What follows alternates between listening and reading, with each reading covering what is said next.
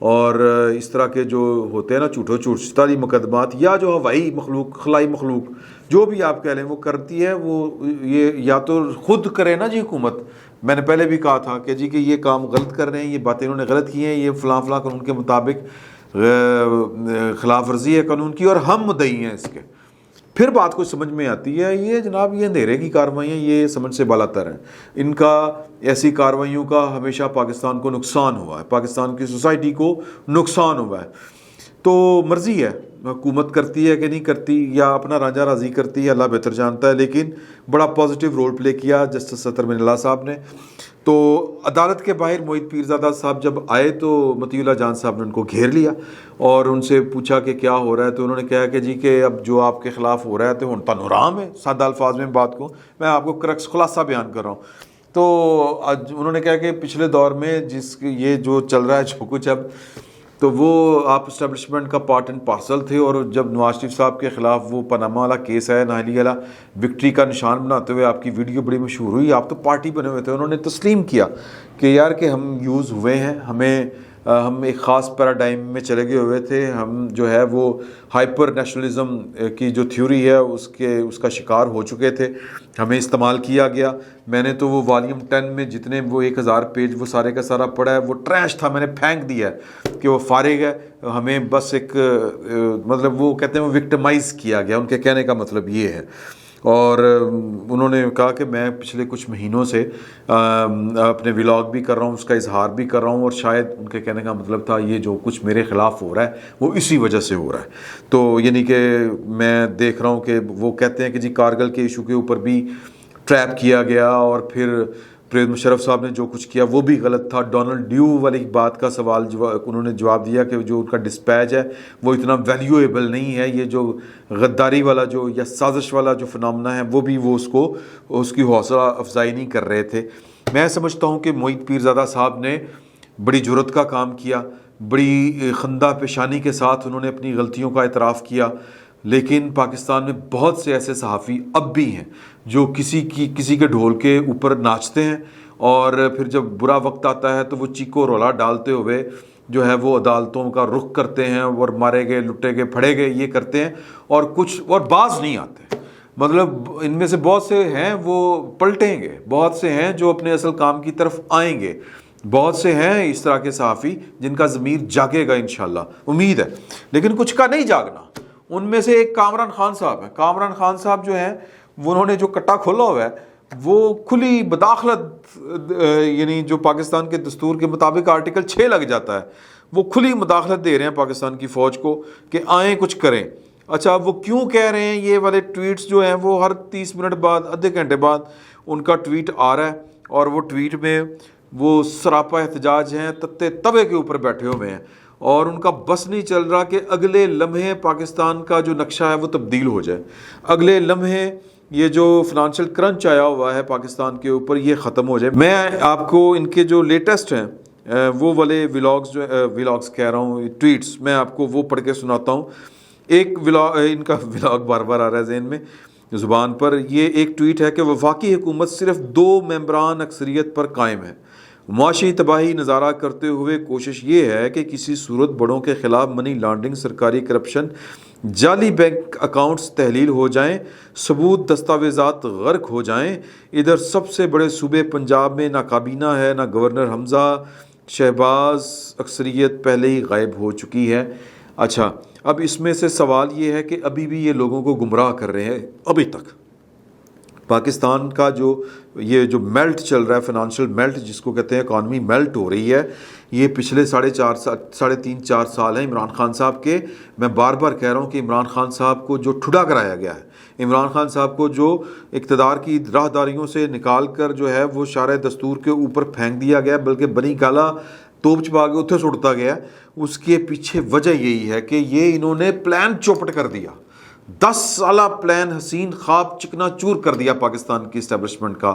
اور پاکستان کی اسٹیبلشمنٹ کے پاس اب اس کے سوا اور کوئی چارہ ہی نہیں ہے کہ وہ عمران خان صاحب کے والے تجربے سے توبہ طائب ہو اور جو انہوں نے اے پولیٹیکل ہونے کا فیصلہ کیا ہے اس پر قائم رہیں اور کسی بھی اس طرح کا جو صحافی جلی چک ہے اس کے کہنے کے اوپر پھر کسی مہم جوئی کا حصہ نہ بنے.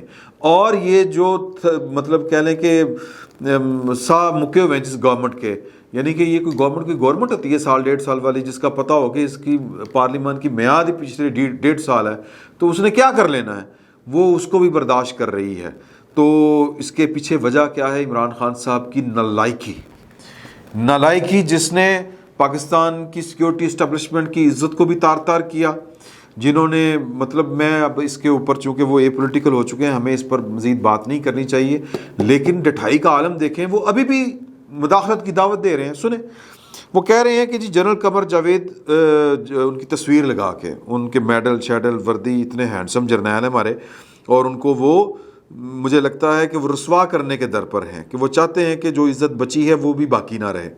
وہ کہتے ہیں جنرل قمر جاوید باجوہ صاحب پاکستان تباہ کن صورتحال سے دوچار ہیں, معیشت نزاع کے عالم میں ہے, ملک دیوالیہ ہونے والا ہے, بدقسمتی سے ایک دوسرے کے خون کی پیاسی, سر تک کرپشن میں ڈوبی سیاسی لیڈرشپ بے پرواہ ہے. جنرل صاحب آپ کے پاس حالات سدھارنے کی سخت ہے, ہاتھ پر ہاتھ رکھے بیٹھے رہنا جرم ہے. یعنی کہ جنرل قمر جاوید باجوہ صاحب اگر سیاست میں مداخلت نہیں کر رہے اور کسی کو ڈکٹیٹ نہیں کروا رہے تو وہ جرم کر رہے ہیں.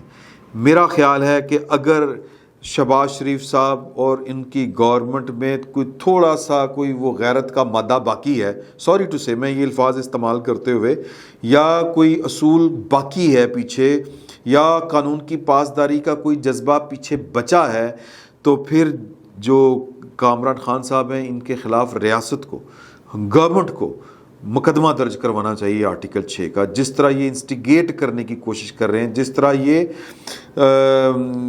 اشتعال دلانے کی کوشش کر رہے ہیں پاکستان کی فوج کو اور پاکستان کی فوج کے کمانڈر کو یا چیف آف آرمی سٹاف کو. اچھا, اب انہوں نے نا ایک تصویر لگائی ہے ایک اپنے ٹویٹر میں, ٹویٹ پہ, جو فارمیشن کمانڈرز کے اجلاس کی. سچویشن از گرم on economic front, it's getting bleak every hour. This is not the case of interference in political affairs, mashallah. The corps commanders and PSOs must meet under the COS to use, alhamdulillah, still intact power, influence and respect of Pakistan Army to end the logjam. اچھا جی, مطلب یہ کہ ابھی بھی آپ کی عزت بچی ہوئی ہے, ڈسپلن باقی ہے, ابھی بھی اسر و رسوخ استعمال کریں, اور یہ سیاست میں مداخلت نہیں ہے. یہ جو تعطل آ گیا ہے اس کو ختم کرنے کے لیے آپ آگے آئیں. مطلب غضب خدا کا یہ جنرل صاحب ہے, میرے ہاتھ دیکھو, اگر یہ آپ کو مخاطب کرنے کی جرت کر سکتے ہیں تو میں فقیر بھی, میرا مطلب ہے مجھے بھی برداشت کر لیں. یہ آپ کو رسوا کرنے کے در پر ہیں. اس کے پیچھے جو ہے, میں اور بھی بڑی ان کے جو ہے نا جی وہ ٹویٹس وہ کافی ہیں جس میں وہ یہ باتیں کر رہے ہیں کہ مارے گئے, لٹے گئے, رڑ گئے, یہ ہو گیا, وہ ہو گیا, فوج آ جائے, بچا لے, یہ ہو جائے. اصل میں ہو یہ رہا ہے کہ عمران خان صاحب نے جو کچھ کیا اس کا بیڈ امپیکٹ آنا شروع ہو رہا ہے. تو کامران خان صاحب ہیں, یہ پاکستان کے سٹاکس کا بزنس کرتے ہیں, یہ سٹاک مارکیٹ کے پلیئر ہیں. یہ ایک کے ڈیڈی جو ہیں, ایک عبدالکریم ڈیڈی, ان کے یہ پروردہ ہیں, یہ ان کے چھوٹے ہیں, یہ ان کے چھوٹے یہ وہ ہیں. تو ان کے ساتھ لگ کے یہ جناب وہ میرا مطلب ہے کہ باغ و بہار, یہ ان کے جو ہے وہ محلات, بڑیاں گڈیاں, مطلب سب کچھ, وہ اب ان کا پیسہ جو ہے وہ سٹاک, کیونکہ اور سٹاک میں ان کے علاوہ کچھ آتا نہیں, تو سٹاک میں ان کا جو بزنس ہے, ان کے شیئرز, وہ مندی کا رجحان ہے. تو لہٰذا یہ ان کو وہ تکلیف ہو رہی ہے. اور یہی پاکستان کا مسئلہ ہے کہ پاکستان کے بعض سرکار, ابھی تک کی تاریخ پاکستان کی یہ ہے کہ لوگ ذاتی مفاد کو قومی مفاد کے اوپر ترجیح دیتے ہیں. نتیجہ یہ نکلتا ہے کہ میں جناب فلانا چیف بن جاؤں, میں چیف جسٹس بن جاؤں, میں آرمی چیف بن جاؤں, میں وزیر اعظم بن جاؤں, میں جو ہے وہ اس کو گرا کے یہ کر لوں, میں چیف سیکرٹری بن جاؤں. تو یہ آپا دھاپی یعنی نفسا نفسی کا عالم ہے پاکستان میں, اور پاکستان جائے بھاڑ میں. یہ پاکستان کی 74-75 سالہ تاریخ ہے, یہ اس کا لب لباب ہے, کرکس آف دا میٹر جس کو کہتے ہیں, یہ خلاصہ ہے کہ یہاں پر پاکستان کے چلانے والے، پاکستان کے ریاستی ذمہ دار اکثر و بیشتر پاکستان میں جتنے گند ہوئے ہیں وہ ذاتی مفاد کو پورا کرتے ہوئے ہیں. بس اتنی سی بات ہے.